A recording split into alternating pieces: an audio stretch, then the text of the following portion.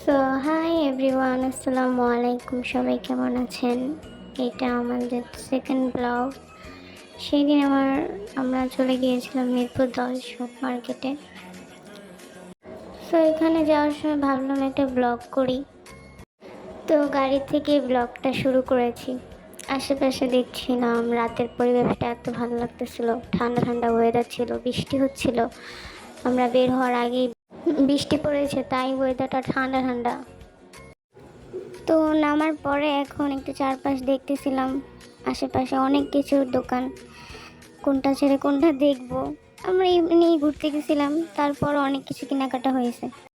আসলে আমরা যেতে চেয়েছি শুক্রবার, কিন্তু আমরা বৃহস্পতিবারে গিয়েছি, কারণ শুক্রবার প্রচুর ভিড় থাকে। সো তারপরও খুব ভিড় পেয়েছি আমরা। তারপরে যে মিরপুর 10-এ গেলে এই ভেলপুরিটা না খেললে ভাল লাগে না।